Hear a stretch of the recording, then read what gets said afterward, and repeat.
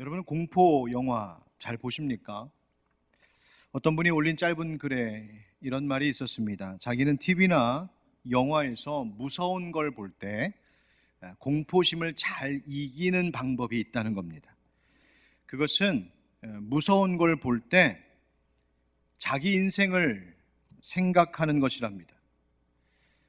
내 인생을 생각하면 공포스러운 걸 보다가도 공포심이 사라지고 갑자기 무덤덤해진다고 합니다. 아니 어떻게 그럴 수 있을까? 이유는 내 인생이 저 영화보다 더 무서워서. 우리가 공포 영화를 보는 것도 아닌데, 어린아이도 아닌데 때로는 공포가 물밀듯이 밀려올 때 있습니다. 그럴 때면 잠도 오지 않고 식욕도 사라지고 웃음기도 생기도 잃어버리게 되죠. 공포라는 말 한자어로 보면 두려울 공, 두려워할 포, 두렵고 또 두렵다는 말입니다. 인생에 그렇게 두려움이 밀려옵니다. 한두 가지 정도라면 어떻게 내가 스스로 이겨볼 만도 한데, 두려움이 여기서 저기서 이런 모양 저런 모양으로 한꺼번에 계속해서 밀려올 때면 사람은 그 가운데에서 공포심을 느낍니다. 어떤 심리적 연구에 따르면 인간의 두려움이란 사실 아주 어려서부터 영아기에 이미 경험했던 그 세 가지의 두려움에 모두 기초하고 있다라고 말을 합니다. 우리에게 있는 두려움 가운데는 실패와 사고에 대한 두려움이 있습니다. 이와 같은 우리의 두려움은 어렸을 때에 높은 곳에서 떨어졌을 때 겪는 그 두려움이 시작된 것이라고 보기도 합니다. 우리 아이들이 의자에 올라갔다 떨어졌을 때, 침대나 소파에서 막 뛰다가 꽝 하고 땅에 떨어졌을 때, 결국 그때 경험되었던 그 떨어지는 경험이 두려움이 되어서 성인이 되어 가서도 어떤 일에 대한 실패의 두려움 혹은 사고의 두려움으로 이어질 수 있다고 분석을 하는 겁니다. 또 관계와 폭력에 대한 두려움도 있습니다. 어렸을 때 큰 소리에 대한 두려움을 경험했던 것, 자동차 경적 소리, 천둥 소리, 큰 소음에 깜짝 놀라서 아이들이 막 경기를 일으키며 자지러지듯 울 때 그 두려움을 경험한 그 흔적이 결국 성인이 되어서도 누군가 나를 향하여서 비판하듯 큰 소리 할 때, 나에게 정서적으로 물리적으로 폭력이 다가올 때 그것을 두려워하게 되는 경험이 시작되었던 것이라고 말합니다. 또 이런 두려움도 있죠. 고독과 미래, 또 죽음에 대한 두려움, 상실감의 두려움이 있습니다. 이것은 어려서 혼자 남겨지는, 마치 버려진 듯 느껴지는 혼자 남겨지는 두려움의 경험에서부터 시작된다고 봅니다. 다시 말하면 우리가 살면서 겪는 두려움은 심리적으로 이와 같은 이 영아기적의 작은 두려움의 경험이 점점 확대되고 증폭되어서 성인들도 겪는 그 공포심으로 연결되어 가고 있다는 것이죠. 그러고 보면 세월이 가고 나이를 먹어가도 우리는 우리 스스로 어떤 두려움을 이겨낼 수 있는 힘을 더 갖게 되는 것이 아니라, 사실은 이미 우리 내면 속에 자리 잡고 있었던 그 두려움의 원인들이 계속해서 그 얼굴만 바꿔가며 그저 그 상황만 바뀌면서 계속해서 우리를 공포스럽게 괴롭히고 있는 것 같습니다. 혹시 오늘 예배드리러 오신 우리 성도님들 가운데에서도 여러분을 공포스럽게 두려움으로 덮고 있는 삶의 문제 때문에 힘겨워하고 계신 분은 없으십니까? 과연 그럴 때 우리는 하나님의 자녀된 성도로서 무엇을 어떻게 해야 하는 것일까요? 인생에서 계속해서 쌓여가는 두려움, 그저 얼굴만 바꾸어가며 우리를 위협하는 공포에 빠져있는 우리의 인생들, 또 이 시국에 국가에서 일어난 여러 가지 일들을 보면서 불안해하고 두려워하고 있는 백성들에게 오늘 하나님은 이렇게 말씀하고 계십니다. 1절 상반절 말씀에, 야곱아 너를 창조하신 여호와께서 지금 말씀하시느니라, 이스라엘아 너를 지으신 이가 말씀하시느니라, 너는 두려워하지 말라. 아멘. 두려워하지 말라 하십니다. 그런데 사실 생각해보면 이런 말 우리들끼리도, 사람들끼리도 잘합니다. 아유 겁내지 마세요, 두려워하지 마세요, 괜찮을 거예요, 걱정하지 마세요. 뭘 그런 걸 가지고 놀라고 그러세요. 위로한다며 그렇게 쉽게 말해버릴 때가 있습니다. 그런데 이런 말을 들으면 저처럼 삐딱한 사람은 꼭 되묻고 싶습니다. 이보세요, 당신은 지금 내게 무슨 근거로 나보러 두려워하지 말라고 말하는 겁니까? 당신이 저처럼 이런 일을 당해보기나 하셨습니까? 이런 상황에서 당신은 정말 무서워하지 않을 수 있다고 생각합니까? 두려워하지 말라고 나에게 지금 말씀하신다면 제가 물어봅시다. 내가 두려워하지 않아도 될 이유, 그 근거가 뭔지 나한테 한번 대보십시오. 밑도 끝도 없이 그냥 두려워 말라고 말만 하지 마시고요. 만약에 여러분이 누군가에게 두려워하지 말라고, 걱정하지 말라고 권면했는데 반응이 이와 같이 돌아온다면 여러분은 그 질문에 뭐라고 대답하시겠습니까? 아니, 다른 사람과의 대화가 아닐지라도 나 혼자서라도 내 삶의 두려움과 공포에 대한 문제 내가 잘 이겨나갈 수 있어야 될 텐데 과연 내 안에 내가 두려워하지 않아도 될 이유, 그 근거가 분명히 자리하고 있습니까? 하나님께서 두려워 말라고 말씀하시죠. 그런데 하나님께도 물어볼 수 있습니다. 하나님, 두려워하지 말라고요? 하나님은 하나님이시니까 무서울 것이 없으시죠. 하나님은 하나님이시니까 하나님보다 강한 것이 없죠. 그런데 하나님, 저는 다르지 않습니까? 저는 인간이고 연약하고 힘이 없고 병들고 약하고 가진 것도 없습니다. 도대체 하나님 자꾸만 나에게 무슨 근거로 두려워 말아라, 두려워 말아라 말씀하고 계신 겁니까? 여러분, 혹시 하나님께 그렇게 되묻고 싶은 적은 없으셨습니까? 오늘 하나님께서 우리에게 뭐라고 말씀하실까요? 여기 하나님을 믿고 신뢰하는 우리, 물밀듯이 밀려오는 삶의 공포, 때로는 불타듯이 나를 위협하는 삶의 공포가 내 앞에 있어도 두려워하지 않을 이유가 무엇인지 하나님은 오늘 말씀을 통해서 우리에게 들려주고 계십니다. 바로 용기 잃지 않을 이유. 오늘 두려워하지 말라 말씀하시는 그 하나님의 음성에 귀 기울여 우리의 믿음이 다시 한번 반석과 같이 견고해지는 이 시간이 되기를 주님의 이름으로 축복합니다. 한번 따라합시다. 구속의 하나님을 보라. 구속의 하나님을 보라. 우리가 두려워하지 않아도 될 이유는 그 첫 번째, 바로 창조주 하나님께서 우리를 구속하셨기 때문에 라고 말하고 있습니다. 1절 중반절에 이렇게 말씀하시죠. 너는 두려워하지 말라, 내가 너를 구속하였고. 하나님께서 두려워 말라 하시는 이유, 두려워하지 않아도 된다 하시는 이유가 무엇인가 봤더니 우리가 예배하고 우리가 지금 믿는 하나님이 구속의 하나님이시라고 말씀하십니다. 여러분, 구속이라고 하는 말이 뭡니까? 그것은 누군가 자기 자신을 희생하여 그 어떤 대상을, 그를 묶고 있는 속박으로부터 자유하게 해주는 것, 해방시켜주는 구원을 의미하는 것이 바로 구속입니다. 자기 희생이 따른 사랑, 바로 그 구원이죠. 지금 하나님의 이 말씀을 전해 듣고 있는 이스라엘 백성들은 바벨론의 포로 생활을 하던 사람들입니다. 그런데 두려워하지 말라, 두려워하지 말라, 내가 너의 구속의 하나님이다라고 말씀하심을 들을 때에 그 이스라엘 백성, 유다 백성들은 바로 생각나는 역사가 하나 있었습니다. 그것은 자신들의 조상을 애굽에서 종살이하던 그 조상들을 애굽에서 건져내신 하나님의 역사이죠. 바로 그 구속의 하나님, 그 구원의 하나님을 상기시켜 주신 것입니다.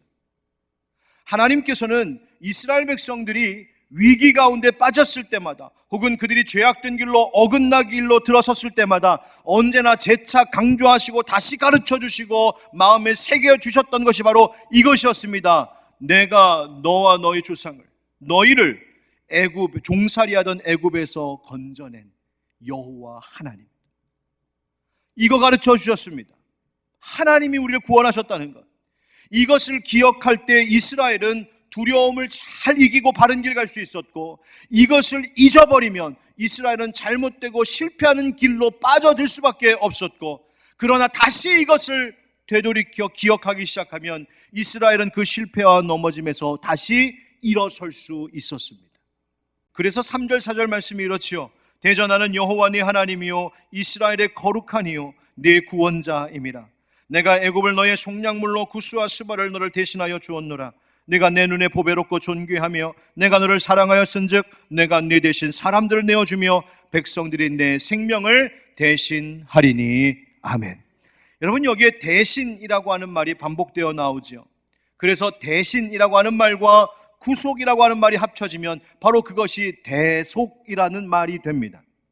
무엇을 내어주고 대신 너를 구원했다 하는 말입니다. 이 말씀이 신약시대를 살아가는 우리 그리스도인들에게는 무슨 의미입니까? 서신서에도 보면 사도 바울이 대신이라고 하는 말을 종종 썼던 것들이 있는데 그 가운데 대표적으로 고린도 후서의 말씀이 있습니다.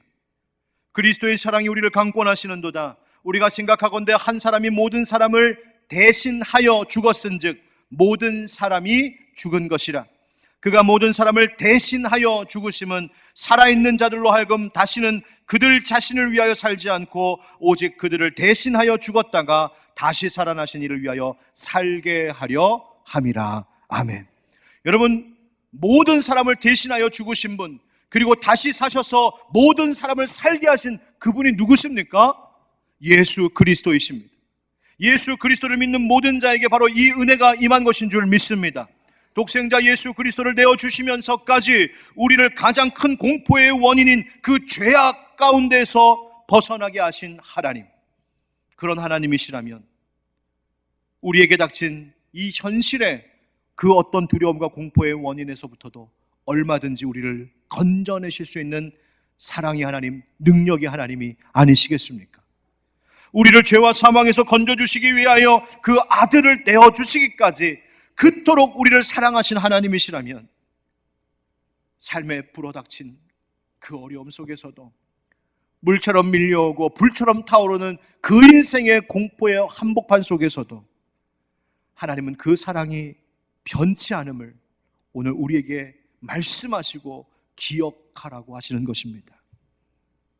사랑하는 성도 여러분, 두려운 일이 혹시 있으십니까? 우리를 공포스럽게 만드는 현실의 어떤 일이 혹 있다 할지라도 여러분, 절대로 그것이 여러분을 넘어뜨리지 못할 것입니다. 다만 사탄 마귀가 그 두려운 일을 통하여서 우리의 눈을 가려버리는 것이 문제입니다. 우리의 시선을 막아버립니다. 어떤 시선입니까? 나를 구속하신 주님, 나를 위하여 예수 그 아들 내어주신 하나님, 나를 하나님의 자녀 삼아주신 그 하나님, 그 하나님을 주목하는 믿음의 눈을 막아버리는 것이죠. 그러니 두려움이 물밀듯 밀려올 때마다 우리의 택해야 될 삶의 태도는 다시 시선을 들어 구속의 하나님을 바라보는 것입니다. 사탄은 우리의 이 공포심을 이용하여 우리의 믿음의 이 시선, 구속의 하나님을 바라보는 이 시선만 가려버리는 것이 아니라 우리의 귀도 막아버려서 들어야 할 것을 듣지 못하게 만들 때도 있습니다. 따라 하실까요? 부르시는 음성을 들어라. 부르시는 음성을 들어라. 1절 말씀의 전체 문장을 보면 이렇습니다. 야곱아, 너를 창조하신 여호와께서 지금 말씀하시느니라. 이스라엘아, 너를 지으신 이가 말씀하시느니라. 너는 두려워하지 말라. 내가 너를 구속하였고 내가 너를 지명하여 불렀나니 너는 내 것이라. 아멘. 먼저는 하나님께서 우리를 만드셨다 하시죠. 야곱아, 너를 창조하신 여호와다. 여러분 한번 따라 하실까요? 하나님이 나를 지으셨습니다. 나를 지으셨습니다. 누구보다 하나님이 누구보다 하나님이 나를 잘 아십니다. 나를 잘 아십니다. 바로 그것입니다. 하나님께서, 나를 창조하신 하나님, 누구보다도 나를 잘 아시는 하나님께서 뭐라고 하십니까? 말씀하신다, 말씀하신다 반복하고 있습니다. 들으라, 들으라 말씀하시는 겁니다. 무엇을 들으라고 말입니까? 하나님, 내가 너를 지명하여 부르는 이 음성을 들으라 하십니다. 여러분, 야구에도 지명타자라고 있습니다. 순서대로라면 이 선수가 지금 타석에 나가서 방망이를 들고 그 배트를 휘둘러야 될 차례인데, 이 경기는 너무 중요한 경기이고 이 경기의 흐름상 너무 이 타이밍이 중요해서 투수 대신에 타격 전문, 공격수, 타격 전문 선수를 대신 딱 지명하여 너 들어가 하며 투입할 때 그 지명받은 선수를 지명타자라고 말합니다. 그 의미가 뭡니까? 꼭 너이어야만 해. 너 아니면 안 돼. 여러분, 하나님께서 나를 지명하여 불렀다는 말이 무슨 말입니까? 그냥 이름 한번 기억하고 불러주셨다는 말입니까? 아닙니다. 내가 너를 지명하였다라고 하시는 말씀은 무엇이냐면 내가 너를 안다. 그리고 꼭 너이어야만 한다. 내가 가정에서 너를 예수 믿는 자로 처음 세우는 것은 꼭 너이어야만 했기 때문이다. 이 교회의 일꾼으로 너를 세우는 것은 꼭 너이어야만 했기 때문이다. 그 직장에 내가 너를 두고 있는 것은 바로 꼭 너이어야만 했기 때문이다. 내가 내 사랑하는 아들 예수를 너에게 내어주면 꼭 너이어야만 하는 내 사랑의 마음 때문이다. 바로 그것이 내가 너를 지명하여 불렀노라 하시는 하나님의 말씀입니다. 여러분, 그 어떤 것은 그 자체만의 가치 이상으로 그것을 소유한 이가 누구냐에 따라서 그 소유한 자의 가치와 소유한 이의 영광과 소유한 이의 책임이 함께 따라오는 것이 바로 소유되었다는 것입니다. 우리 자신으로서는 정말 아무것도 아니지만 내가 아무리 거울을 깨끗하게 닦아보아도 볼품없이 비춰지는 나의 모습이지만 나를 사랑하시는 꼭 너희여야만 한다면서 나를 사랑하셨던 하나님께서 그 아들 독생자 예수 그리스도를 나에게 내어주시고 보혈로 씻어주시고 성령으로 기름 부어 나를 성별하심으로 하나님의 소유됨으로 내 삶의 가치가 달라지고 내 삶의 영광이 달라지고 내 삶을 책임지시는 주인이 달라진 것인 줄 믿습니다. 그래서 성경은 2절 말씀에 네가 물 가운데로 지날 때에 내가 너와 함께 할 것이라. 강을 건널 때에 물이 너를 침몰하지 못할 것이며 네가 불 가운데로 지날 때에 타지도 아니할 것이요 불꽃이 너를 사르지도 못하리라. 완전한 보호를 얻게 하신다는 겁니다. 하나님이 날 소유하셨다는 건 하나님이 지키시겠다는 겁니다. 나는 너를 꼭 지켜야만 해. 뿐만 아니라 4절에서는 네가 내 눈에 보배롭고 존귀하며 내가 너를 사랑하였은즉 내가 네 대신 사람들을 내어주며 백성들이 네 생명을 대신하리니. 아멘. 하나님이 나를 존귀하게 여기신답니다.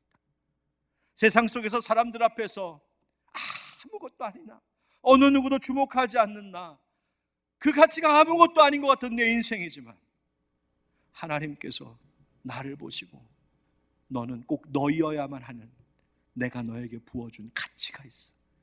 존귀하고 보배롭고 세상 어떤 것과도 바꿀 수 없는 너는 존귀한 자야. 우리를 지명하여 부르시는 음성이란 바로 이것입니다. 넌 내 거야. 내가 널 잘 알아. 내가 진짜 너를 사랑한다니까. 여러분, 이 말씀, 이 음성을 날마다 들으며 사시는 여러분 되시기를 축복합니다. 어떻게 들을 수 있을까요? 바로 지금 예배하고 있는 이곳에서 이 강단을 통해서 선포되고 있는 말씀을 통하여 하나님이 그 음성 이미 들려주고 계신 줄 믿습니다. 뿐만 아니라 여러분들이 가정에서 성경을 읽을 때에 마음속에 찾아오는 깨달음과 그 감동을 통하여 때로는 마음 깊은 곳에서 성령님 들려주시는 그 속삭이시는 듯한 그 음성을 통하여 때로는 사랑하는 교우들을 통해 가족을 통해 내 부모님을 통해 사랑하는 내 남편과 내 아내를 통해 심지어 내 어린 자식을 통하여서까지 그 한마디의 말을 통하여서 내가 너를 얼마나 사랑하는지 아니? 내가 너를 꼭 지킬 거야 라고 하시는 그 하나님의 말씀이 지금도 우리에게 들려오고 있는 줄 믿습니다. 사랑하는 성도 여러분, 공포를 주는 세상의 헛된 소리보다 나를 부르시는 하나님의 음성에 더 영적인 귀를 쫑긋 세우며 살아가시기를 축복합니다. 그래서 사탄이 우리의 믿음의 시선을 가리지 않을 뿐만 아니라 우리의 귀도 막지 못하도록 세상의 시끄러운 소리에 정작 들어야 할 것을 듣지 못하여 헛단한 공포심에 빠지는 일이 없도록 오늘도 내가 너를 사랑한다, 넌 내 거야 라고 말씀하시는 하나님의 그 친절한 음성에 귀를 기울이며 살아가는 저와 여러분 모두 되기를 주의 이름으로 축복합니다. 세 번째 따라합시다. 이루실 일을 기대하라. 이루실 일을 기대하라. 하나님 함께 하신다, 하나님을 믿는다 라고 하는 것, 여러분 그것이 무엇입니까? 그것은 하나님께서 우리 가운데 행하실 일이 선한 것임을 믿고 기대하는 것입니다. 오늘 본문에도 보면 하나님께서 행하실 일이 있다고 하십니다. 그리고 하나님의 이루실 그 일이 우리가 이런 형편 속에서도 두려워하지 않아도 될 이유라고 말씀하시는 겁니다. 그것이 무엇일까요? 5절부터의 말씀입니다. 두려워하지 말라. 내가 너와 함께하여 네 자손을 동쪽에서부터 오게 하며 서쪽에서부터 너를 모을 것이며 내가 북쪽에게 이르기를 내놓으라. 남쪽에게 이르기를 가두어 두지 말라. 내 아들들을 먼 곳에서 이끌며 내 딸들을 땅 끝에서 오게 하며 내 이름으로 불려지는 모든 자 곧 내가 내 영광을 위하여 창조한 자를 오게 하라. 그를 내가 지었고 그를 내가 만들었느니라. 아멘. 바벨론의 포로로 생활하던 이스라엘 백성들, 그 공포심에 동서남북 아무리 둘러봐도 아무것도 희망이 보이지 않던 백성들에게 하나님은 다시 사방을 둘러보라고 말씀하십니다. 그리고 그 공포 너머 사방에서 준비하고 계시는 하나님의 계획이 있음을 보도록 하십니다. 그 계획이 무엇입니까? 포로가 된 백성들, 그리고 세상 곳곳으로 흩어질 수밖에 없었던 그 불쌍한 이스라엘 백성들을 하나님이 다시 사방에서 돌아오게 하시겠다는 약속의 말씀이었습니다. 동쪽에서부터 서쪽, 북쪽, 남쪽, 세상 어느 곳에 있든지 하나님은 그들만 보내셨던 것이 아니라, 그들만 도망치도록 한 것이 아니라 그들이 있는 그곳에 함께하고 계시며 때가 되면 다시 이스라엘 예루살렘 그 거룩한 도성으로 돌아오게 하시고자 하는 하나님의 계획이었다는 말입니다. 이것이 오늘 우리에게 무슨 뜻입니까? 네가 어떤 일을 당했든지, 네가 지금 어떤 형편에 보내졌든지 두려워하지 말라는 것입니다. 네가 동쪽에 있든지 서쪽에 있든지 남쪽에 있든지 북쪽에 있든지, 네가 어떤 어려움을 당하고 있든지 그곳엔 너만 있는 것이 아니라 나 여호와 하나님이 함께하고 있노라고. 그리고 하나님의 때에 다시 돌아오게 할 것이라고 말씀하시는 것이죠. 네가 누구든지 하나님의 아들 딸들이라면 내가 반드시 다시 세우고 다시 복되게 하시겠다. 바로 하나님의 이루심이 준비되고 있노라고 말씀하시는 겁니다. 여러분, 그렇다면 우리에게 하나님께서 이루실 일이 무엇일까요? 먼저는 하나님께서 우리의 영과 육을 분명히 회복시켜 주실 줄 믿습니다. 그런데 또 한 가지 이루실 일이 있습니다. 앞서 2절 말씀에서 물을 지날 때에, 불을 지날 때라는 표현이 있죠. 여러분, 불과 물을 왔다 갔다 하는 곳이 어디입니까? 바로 대장간입니다. 뜨거운 풀무불에 그 쇳덩어리를 넣기도 하고 물에다 집어넣기도 하고 물과 풀을 왔다 갔다 하는 것, 여러분, 왜 대장장이가 그 일합니까? 그 쇳덩어리 망가지라고 하는 겁니까? 아닙니다. 오히려 그것을 통하여서 더 견고하여지고 단단해지고 쓸모있는 모양으로 만들기 위함이지요. 그것을 우리는 연단이라고 합니다. 바로 이것이 더 쓸모있게 하고 더 단단하게 하고 더 가치 있게 만들고자 하는 것이 바로 대장장의 마음이요, 바로 그것이 우리의 토기장이 되신 하나님 사랑의 마음인 줄 믿습니다. 그래서 요한일서 4장 말씀에 보니까 사랑 안에 두려움이 없고 온전한 사랑이 두려움을 내쫓나니 두려움에는 형벌이 있습니다. 두려워하는 자는 사랑 안에서 온전히 이루지 못하였느니라. 우리가 사랑하면 그가 먼저 우리를 사랑하셨습니다. 아멘. 우리를 사랑하시는 하나님의 그 마음 때문에 그 사랑 안에 있으면 두려움이 쫓겨져 나가고 하나님께서 나에게 이와 같은 일들을 허락하신 하나님의 계획을 볼 수 있다라는 이야기입니다. 여러분, 아마 이런 이야기 많이 들어보셨을 겁니다. 성경에는 두려워하지 말라라고 하는 말이 무려 365번이나 나온다는 이야기. 리처드 범브란트라는 목사님이 감옥생활 14년 동안 성경을 읽으면서 발견한 것이, 하나님께서 365번 두려워하지 말라고 말씀하셨다. 왜 그럴까 생각해 봤더니 매일 하루에 한 번씩 하나님이 용기 주시기 위하여 두려워하지 말라고 이렇게 많은 두려워하지 말라는 말씀을 주셨구나 깨달음을 얻고 감옥 생활을 승리했다라고 하는 간증의 이야기이죠. 그러나 여러분, 생각해 보십시오. 성경에 하나님께서 두려워하지 말라라고 하는 말씀이 365번, 아니 그 이상이 나오고 3650번, 아니 36,500번이 기록되어 있다 한들, 내가 단 한 번도 정직하게 나의 두려움을 하나님 앞에 털어놓고 고백하지 않는다면, 내가 단 한 번도 하나님 앞에 진정으로 엎드려 하나님, 이 말씀을, 내 구속의 하나님, 나를 부르시는 하나님, 나는 이 말씀을 믿습니다, 고백하지 않는다면, 성경에 두려워하지 말라는 말씀이 아무리 문자로 기록되어 있다 한들 이 말씀과 내가 무슨 상관이 있겠습니까? 공포가 물밀듯이 밀려올 때가 있습니다. 그러나 하나님의 사랑은 그 모든 것을 받아내는 거대한 바다보다 더 크시다는 사실을 기억하시기 바랍니다.